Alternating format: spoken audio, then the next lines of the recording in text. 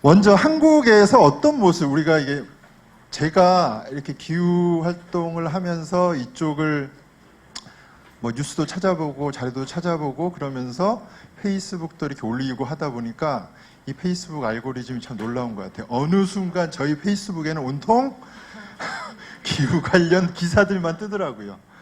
근데 그 대부분이 보면 외신이 많고 그리고 외신을 번역한 한국의 기사들인 것 같아요. 그래서 한국에서 정말 기후변화가 어떤 모습으로 나타나는가는 참 많지 않은 것 같습니다. 정보도 많지 않고 기사도 많지 않아요. 그 이유 중에 하나는 사실 별로 연구가 안 돼 있습니다. 제가 여러 가지 전문가들이나 뭐 연구기관 이렇게 만나보고 하면 이게 어쨌든 장기간의 연구, 장기간의 관찰, 조사 이런 것들이 필요하잖아요. 그런데 한국은 그런 게 쌓이지가 못했죠. 뭐 당장에 먹고 살기 바쁜데 무슨 그런 장기간의 연구를 해, 뭐 이런 거죠. 그래서 사실 한국에서 어떤 변화가 일어나고 있고 어떻게 예측되고 있는지를 사실 얘기하기 굉장히 부족한 점이 많습니다. 하지만 그래도 우리가 체감적으로 느끼는 것들이 막 생깁니다. 어떨 때 우리가 지금 기후변화가 정말 심각하구나 그런 거를 느끼시나요? 네? 더위, 추위, 눈이 안 온다고. 네, 맞습니다. 또, 네. 제주도가 지난 12월이었나면 20도가 넘어가고 막 그랬죠. 겨울이, 올겨울 진짜 눈이 안 오는 것 같아요. 눈이 유독히 안 옵니다. 겨울 가뭄이죠. 여름, 올여름은 조금 괜찮았지만, 올여름이 아니죠. 작년 2019년 여름은 그랬지만 2018년 여름 기억나실 거예요. 네.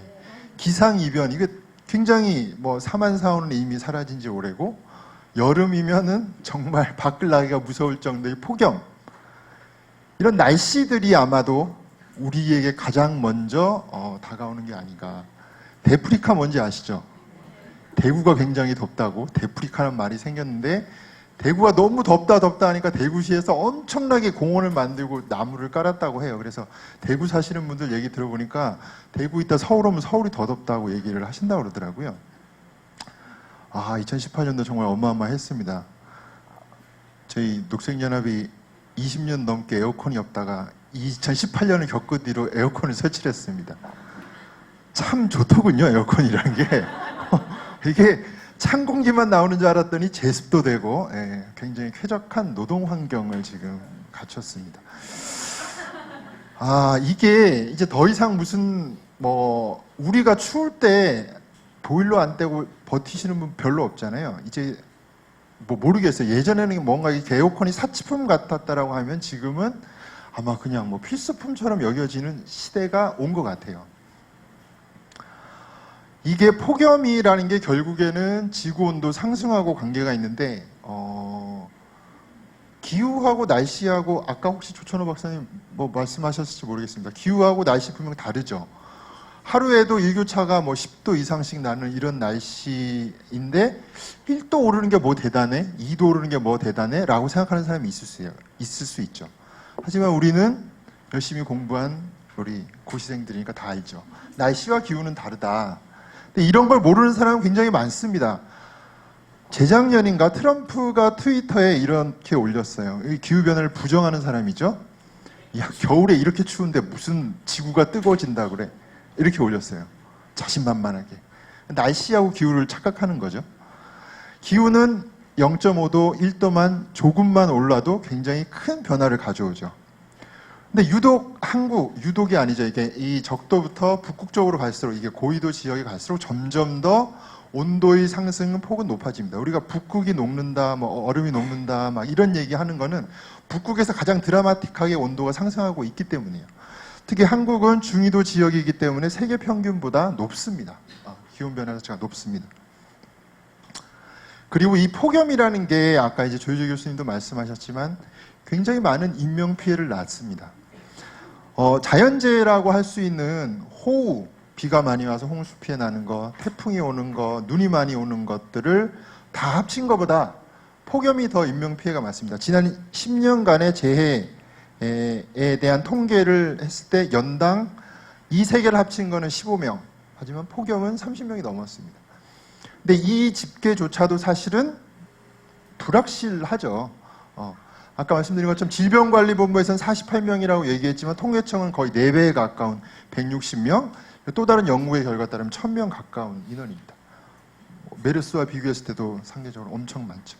그러니까 이런 죽음들이, 근데 우리는 잘 보이지가 않기 때문에 기후변화를 잘 체감을 못하는 게 아닐까.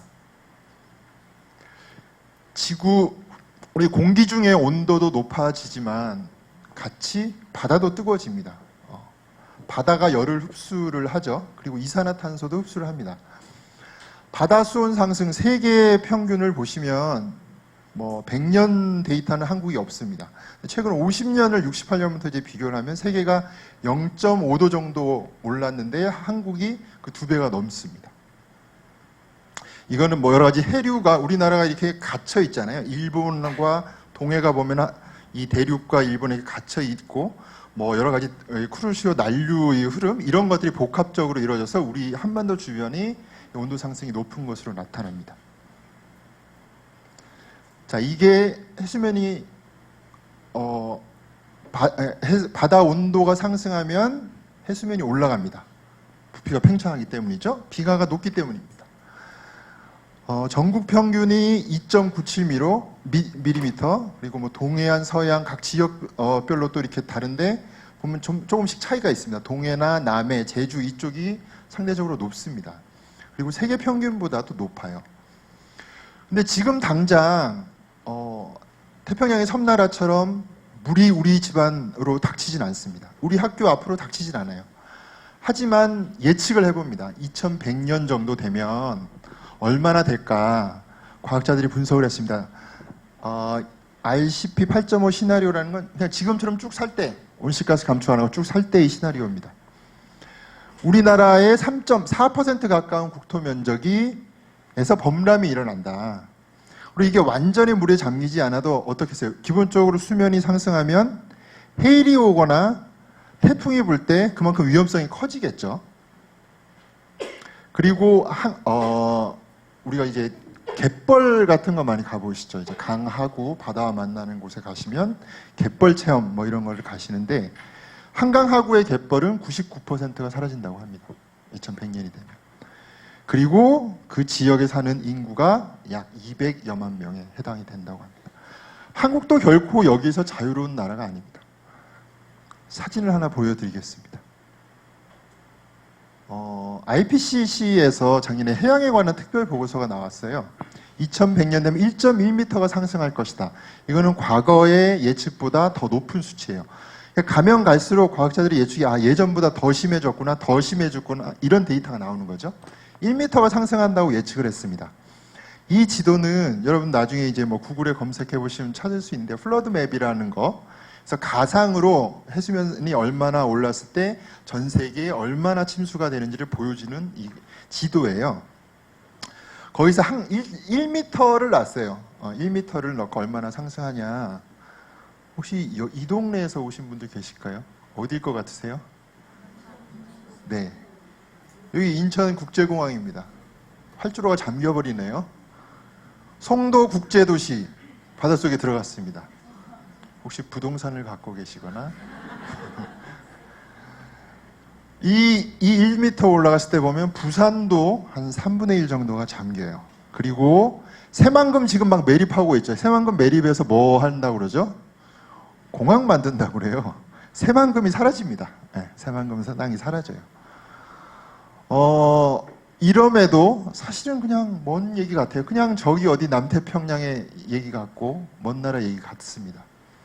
그리고 우리나라 각 지자체에는 이 침수 예상을 하는 지도, 이거는 이제 구글에서 이제 외국에 있는 사이트고 우리나라 자체적으로 더 정교하게 분석한 지도가 있지만 일반 시민들한테는 공개를 하고 있지 않아요. 지방 정부 지자체에만 배급을 해서 이제 대비를 해라 이런 얘기를 합니다. 왜 그러겠어요? 난리가 나겠죠. 부동산이 최고인 이 나라에서 먼 이야기가 아니다라는 것이고 태풍. 슈퍼 태풍 하기비스 살짝 한반도를 비켜서 도쿄로 갔습니다. 막대한 피해를 입혔습니다. 근데 이런 일들이 점점 더 늘어날 것이다. 한반도에 영향을 주는 슈퍼 태풍의 발생 빈도가 20% 가까이 증가할 것이라는 예측이 있고요. 그리고 2100년에는 지금보다 한 2배 가까운 태풍들이 올 것이다라고 예측을 합니다. 재난이 늘어나는 거죠. 산불, 호주 산불 어마어마하죠. 호주 산불. 그런데 이거 작년에 있었던 고성 산불인데요. 이런 게 일어날 가능성은 점점 높아집니다. 왜냐하면 지금처럼 이렇게 겨울, 봄에 가뭄이 심해지면 당연히 산불 위험성이 높아지겠죠. 실제 통계가 있습니다. 정부 통계인데요. 90년대, 2000년대, 2010년대 건수도 늘어나고 있고 그 피해 면적도 늘어나고 있습니다. 네. 그리고 우리 먹고 사는 문제 중요하죠. 먹고 사는 문제. 바나나가 늘어나고 있죠. 그죠? 옛날에는 생일 때만 먹던 아주 귀한 과일이 지금은 흔하디 흔한 과일로 됐습니다. 국내 수입도 있고 국내에서도 생산을 해요. 귤도 점점 제주도만 나던 게 점점 늘어나요. 이게 단순히 이런 작물의 재배지 변화만이 아니라는 거죠. 이게 그냥 바뀌고 또는 더워지니까 우리가 저기 어느 나라는 1년에 2번 농사를 짓는데 그렇게 더 좋아지는 거 아니야? 그런데 실제 그렇지 않다는 거죠. 이게 어제 농림수산부 산하연구소에서 연구한 건데요. ICP 8.5 시나리오, 아까 말한 것처럼 지금 이대로 쭉 그냥 갈 때 시나리오에 따르면 연도별로 각 도당 쌀 생산 수량이 미래 전망입니다. 다 줄어들어요. 결코 날씨가 따뜻해진다고 해서 쌀 생산이 늘어나지 않아요. 그리고 품질도 나빠집니다. 우리 먹거리 문제가 생길 수 있겠죠. 그리고 대기오염, 미세먼지, 여러 원인이 있지만 기후변화로 인한 대기 정체, 중요한 원인으로 꼽고 있습니다. 그리고 보건의 문제, 여러 가지가 있지만 특히 말라리아가 뭔지 아시죠? 저희 예전에 이제 아프리카 여행 가거나 무슨 이렇게 구호 활동하러 가시는 분들이 꼭 예방 접종 맞아라 했던 건데, 우리나라 이거 작년에 나온 질병관리본부에서 나온 보도 자료고요. 2018년에 이 지역에 사시는 분들은 헌혈을 할 수 없습니다. 말라리아 위험 지역이기 때문에. 이렇게 바뀌고 있는 거죠. 열대 지역에서 생기던 질병들이 점점 많아지고 있습니다. 사람의 직접적인 영향만이 아닙니다. 생태계도 바뀌고 있죠. 여기가 어딜까요? 네. 툰드라는 우리나라가 아닌 딴 나라죠. 네. 딴 데 어디지? 어딜까요? 이거는 한라산을 항공 촬영한 사진이에요. 한라산 항공차. 여기 보면 여기 물고기 비슷하게 생긴 게 헬리콥터입니다. 헬리콥터. 위에서 찍은 거고, 이 하얀 게 죽은 나무들입니다.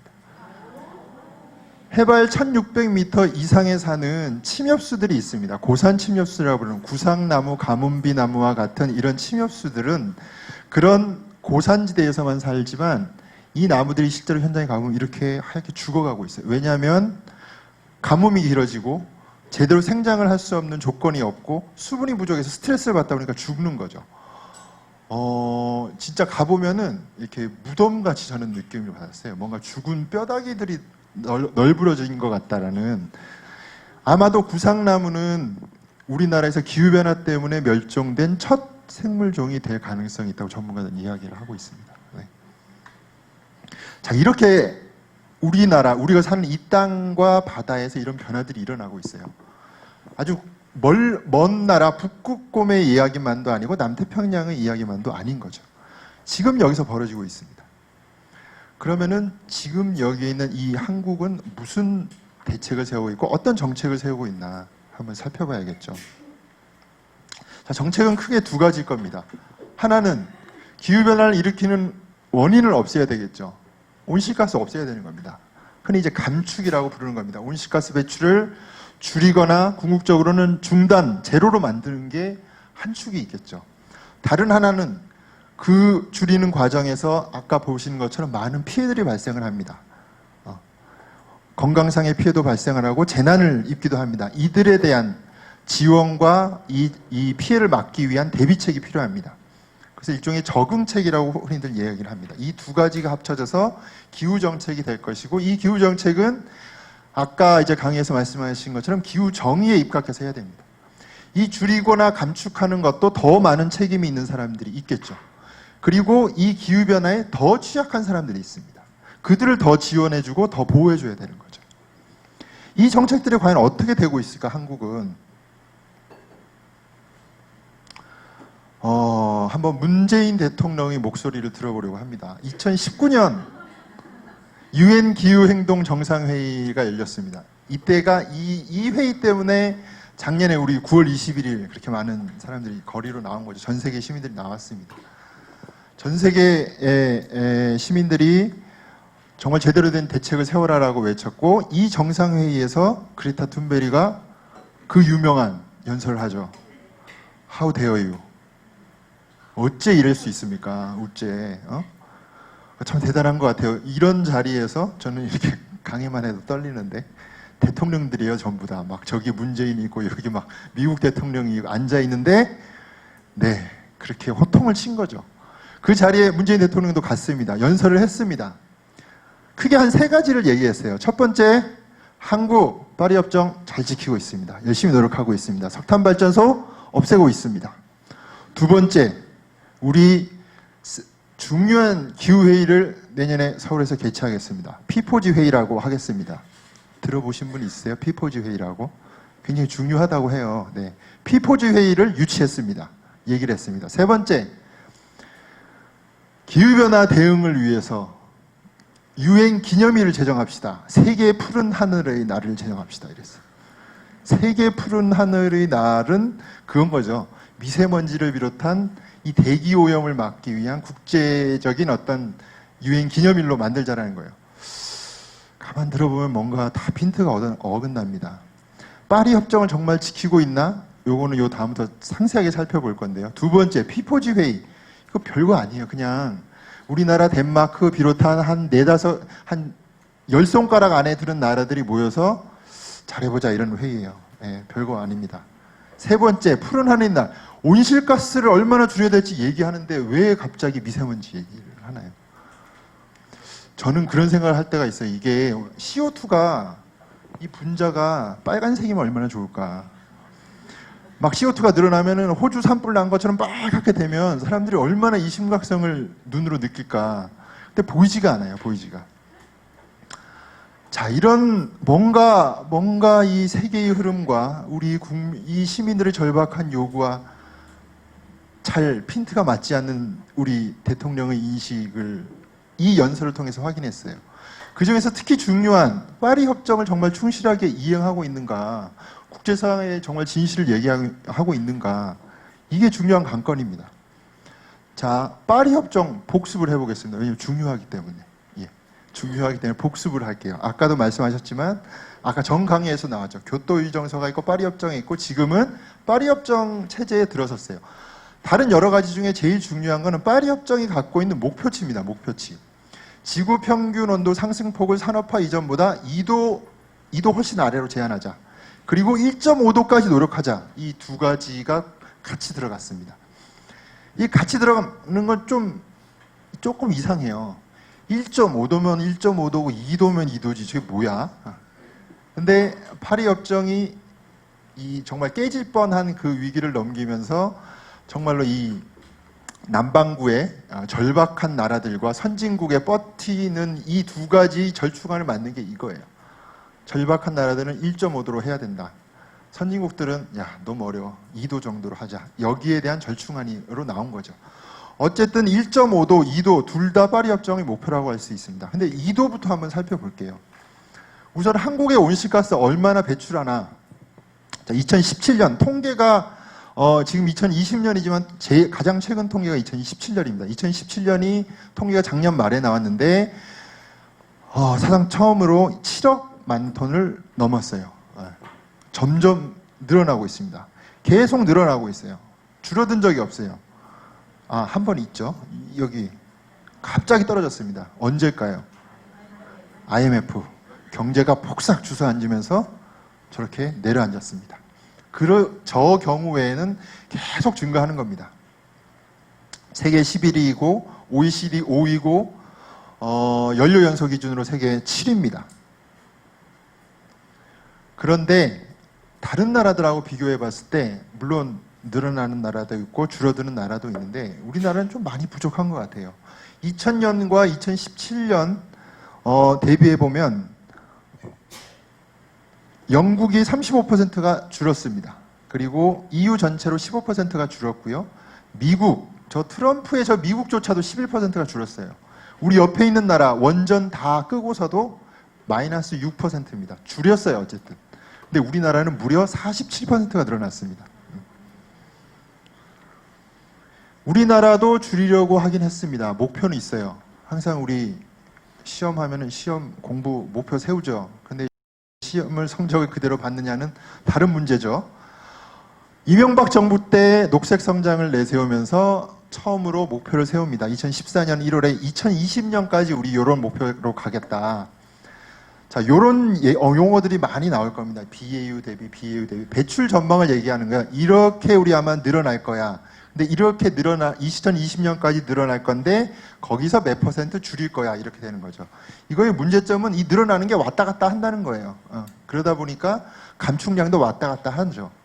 어쨌든 이명박 정부 때 BAU 대비 2020년까지 올해네요. 30% 감축하겠다고 목표를 잡았습니다. 2016년 박근혜 정부 때입니다. 슬그머니 10년을 뒤로 미룹니다. 2020년까지 어려울 것 같거든요. 2030년까지 해서 살짝 목표는 올려 잡았어요. 37% 하겠다고 했습니다. 2018년 문재인 정부 들어와서 이걸 수정을 합니다. 2030년 목표를 수정합니다. 그래서 같아요. 2030년까지 37% 감축량은 똑같은데 이 박근혜 정부에서는 상당량을 외국에서 사오겠다 이랬어요.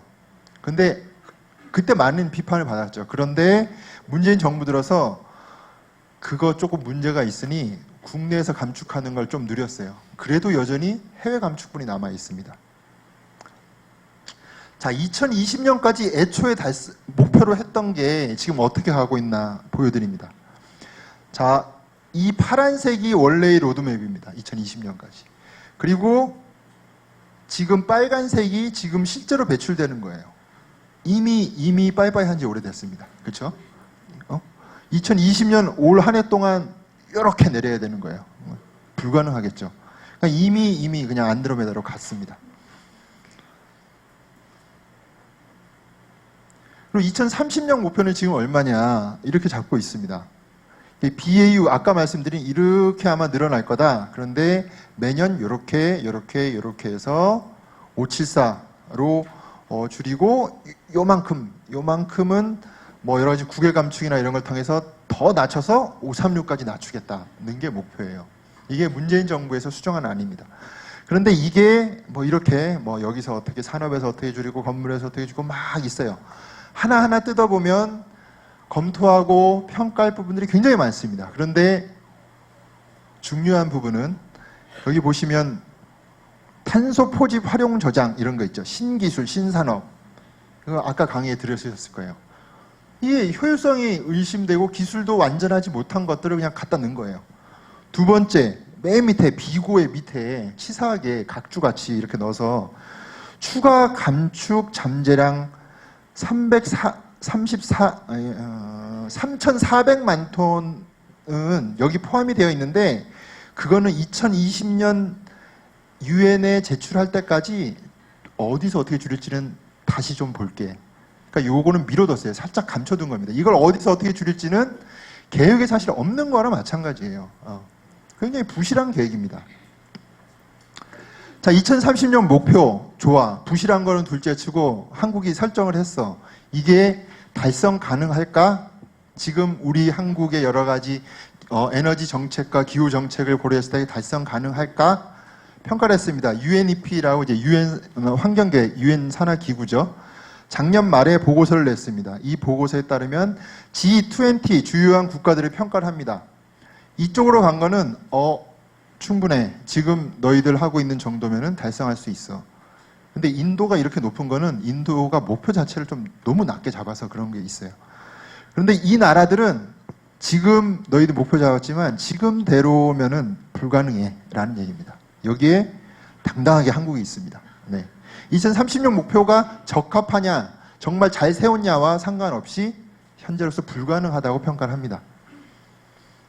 이거는 비단 한국만의 문제는 아니고 한국을 비롯한 이렇게 허술한 나라들의 계획들을 다 모아봤어요.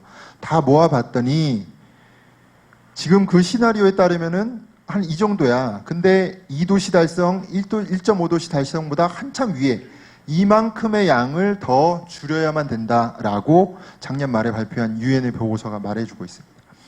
아직 갈 길이 먼 거예요. 목표 자체가 형편없는 겁니다.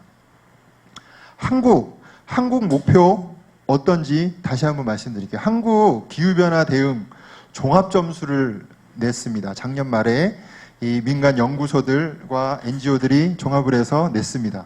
점수가 몇 등입니까? 여기 있죠. 58등. 이게 주요한 배출 국가들을 이제 대상으로 한 거고 제일 꼴찌가 이제 미국이에요. 한국 58등이에요. 근데 여기 메뉴에 1위부터 3위는 없어요. 선정된 국가가. 1위부터 3위는 매우 잘하고 있다는 나라인데 여기에 카테고리에 들어가는 나라는 없다라고 평가를 했습니다. 위에 맨 3개를 빼고서도 어쨌든 맨 끄트머리에 한국이 있는 거죠.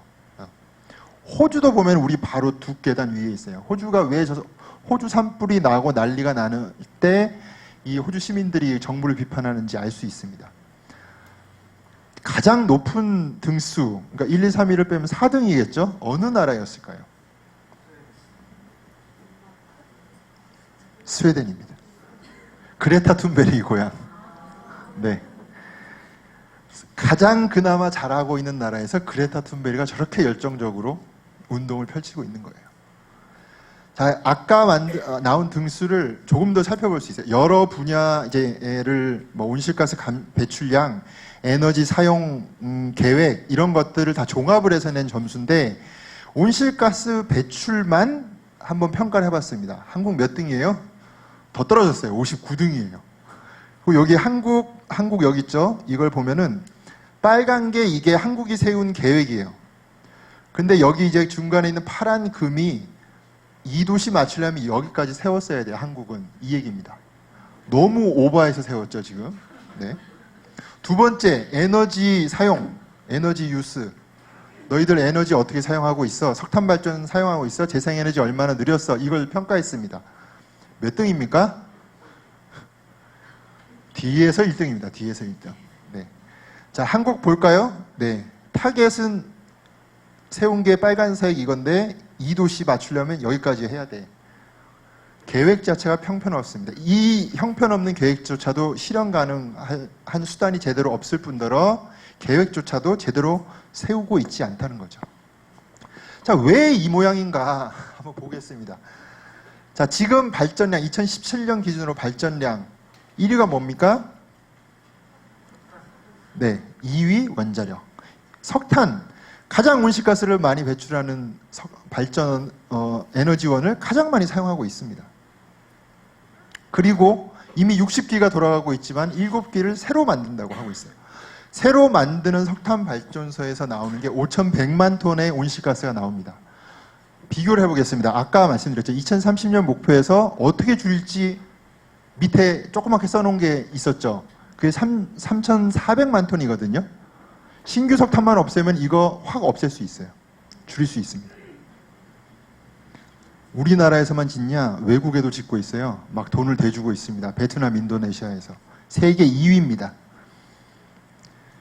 그리고 재생에너지 비중 OECD 국가 중에서 꼴찌고요. 그리고 내연기관차 퇴출해야 된다고 하는데 그 보고서 올렸다가 퇴짜 맞았어요. 욕 먹었습니다. 자, 정부 구조가 엉망이에요. 사실은 환경부 전체적인 컨트롤 타워지만 아무 힘이 없어요. 산업자원부, 청와대, 국무총리실이 안 움직이는데 어떻게 하겠습니까? 영국 같은 경우는 기후변화위원회라는 모든 것을 총괄하는 컨트롤 타워에서 계획도 세우고 계획이 잘 지켰는지 점검도 합니다. 우리나라는 아직까지 이 점검 체계가 없습니다. 안 지켜도 그만인 거예요. 그리고 유엔도 아까 파리 협정에 따르면 강제할 수 있는 게 없습니다. 안 지켰습니다 하면은 그냥 야, 한국 똑바로 해. 그냥 약간 부끄럽고 마는 거예요. 근데 좀 바뀌고 있다는 건 나중에 다시 말씀드리겠습니다. 자, 2도 목표를 해도 이렇게 형편없는데 1.5도는 더 말할 게 없겠죠. 자, 1.5도에 따르면 2030년까지 거의 절반을 줄여야 되고 2050년까지 넷 제로를 해야 됩니다. 석탄 발전은 제로를 해야 됩니다.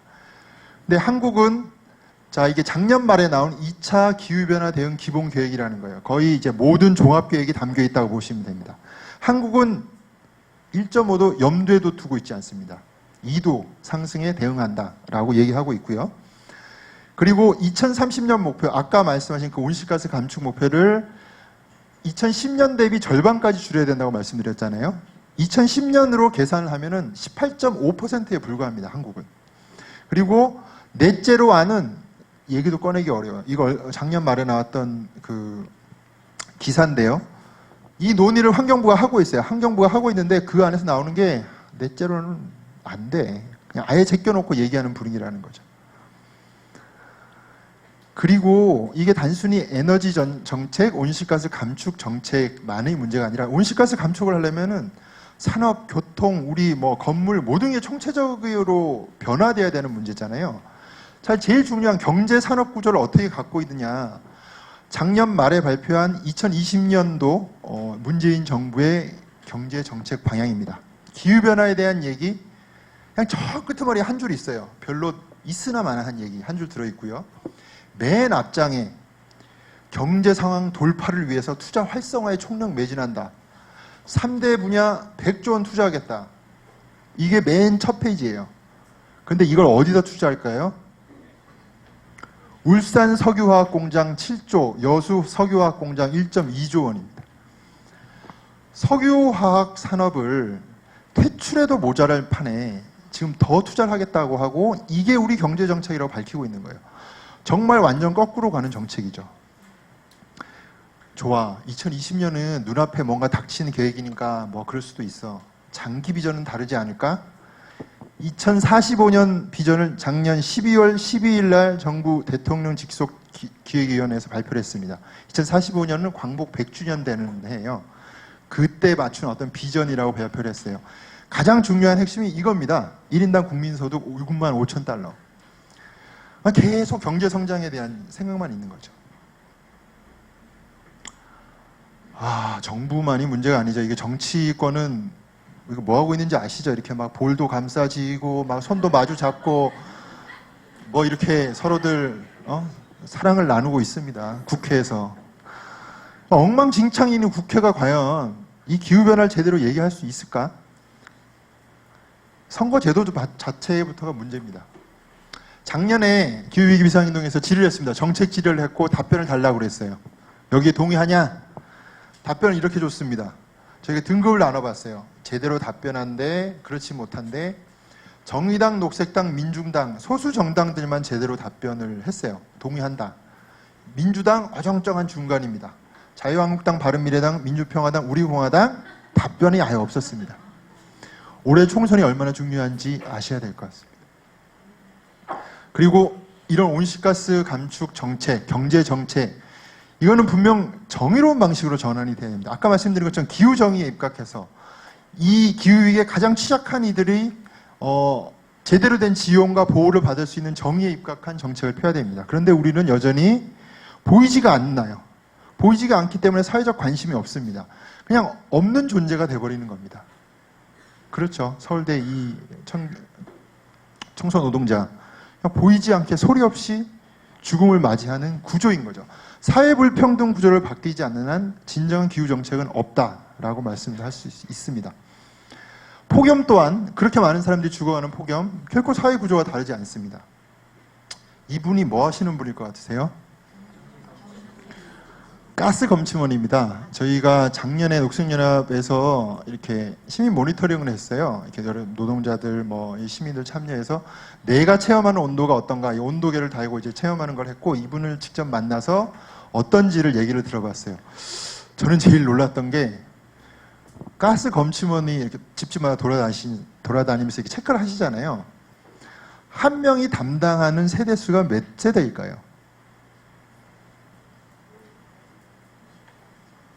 1000세대입니다. 1000세대. 1000세대를 정해진 시간 안에 해야 되는 거예요. 이런 노동자한테 폭염이면 쉬세요. 그늘에 가서 쉬세요. 물 많이 마시세요. 가능할까요? 이분이 그런 말을 하더라고요. 자기는 정기검침원이 너무 부럽다고. 나는 뛰어다녀야 되는데 정기검침원은 걸어다닌다고. 그러니까 이런 불평등한 사회구조, 불평등한 노동구조가 우리 기후변화와 대응과 이렇게 분리될 수 없다라는 말씀을 드리겠습니다. 농업, 농민, 사실 그냥 포기한 것 같아요. 어떻게 보면 이 사회는. 우리나라 식량 자급률 정말 형편없습니다. 그런데 여전히 계속 수입을 해서 먹을 건가, 화석연료를 뿜으면서 화석연료 없이 불가능한 무역체제에 기대서 수입해서 먹을 것인가, 이 농업체제 바꿔야 됩니다. 이렇게 외국은 다른 길을 가고 있습니다. 유럽 그린딜에서는 탄소 국경세를 만들겠다. 온실가스 미비한 국가에 대해서는 제품할 때 세금 부과하겠다. 이제는 그냥 안 지켜도 그만이지 않은 세상이 올 것 같아요. 독일은 52조 투자해서 석탄 활용 완전히 끝내겠다. 이런 얘기들을 하고 있습니다. 우리나라도 못하지 않겠죠. 할 수 있습니다. 정부가 바뀌고 국회가 바뀐다면. 이렇게 넷째를 하고 있어요. 세계경제포럼 에서 모든 기업들한테 탄소 배출 넷째로 목표를 설정할 것을 요청한다고 얘기하고 있어요. 이거 환경단체가 하는 말이 아니고 우리 같은 시민들이 하는 말이 아니라 소위 경제 엘리트들이라고 하는 사람들이 자기들에게 하는 얘기예요. 이제 이게 생존에 대한 생존을 위해서는 얘기하지 않을 수 없게 된 거죠. 그리고 전 세계에서 이런 기후위기에 대한 교육을 의무화하고 있습니다. 자, 그래서 올해 이런 정책을 바꾸는 노력들을 해야 됩니다. 중요한 여러 가지 흐름들이 있고, 특히 아까 말씀드린 것처럼 2030년까지 국가 온실가스 감축 목표와 2050년까지 저탄소 발전 전략을 유엔의 모든 나라들이 제출하게 되어 있어요. 이 계획이 나오면 정말 우리 지구가 1.5도를 넘을 건가, 2도를 넘을 건가, 아니면 4도를 넘을 건가를 알 수 있습니다. 그래서 한국 정부가 이 계획을 정말 기후정의에 입각해서 국제적인 책임을 다하는 방식으로 이 계획을 세울 수 있도록 올 한 해 정말 많은 노력을 우리가 같이 힘을 기울여야 됩니다. 그리고 21대 국회를 제대로 만들기 위해서 선거를 해야 될 것이고, 그리고 이 불평등한 사회구조를 어떻게 바꿀 것인지 사회적 논의가 절실히 필요한 시점이라고 말씀드릴 수 있겠습니다. 이상으로 저희 말씀을 마치도록 하겠습니다. 고맙습니다.